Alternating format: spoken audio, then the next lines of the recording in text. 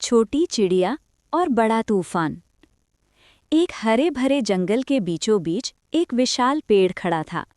उस पेड़ की ऊंची डालियों पर एक छोटी सी मेहनती चिड़िया रहती थी। वो बहुत समझदार और मेहनती थी। हर सुबह सूरज निकलते ही वो उड़ जाती और छोटे छोटे तिनके, सूखी घास और पतले धागे ढूंढकर लाती। धीरे धीरे उसने एक सुंदर और मजबूत घोंसला बना लिया था। वो हर तिनके को बड़ी सावधानी से जोड़ती ताकि उसका घर सुरक्षित और आरामदायक बने।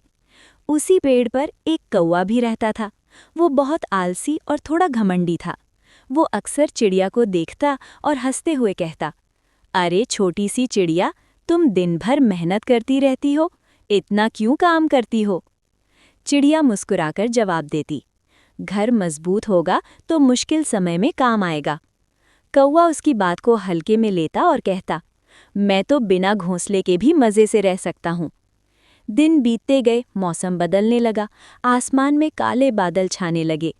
एक दिन सुबह से ही तेज़ हवा चल रही थी। जंगल के जानवर बेचैन हो गए थे।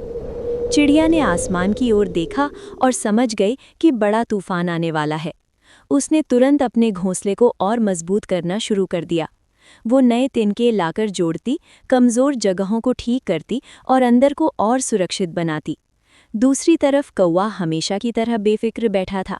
वो बोला, तूफान वूफान कुछ नहीं होता, तुम बेकार में मेहनत कर रही हो।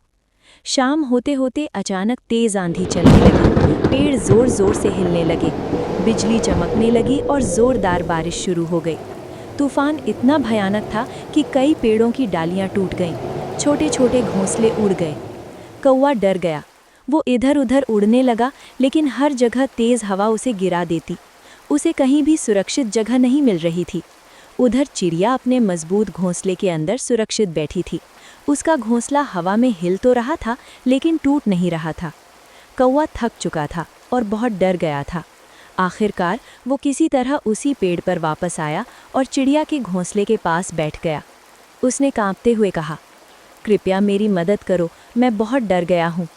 चिड़िया ने दया दिखाई और उसे अपने घोंसले के पास सुरक्षित जगह दे दी।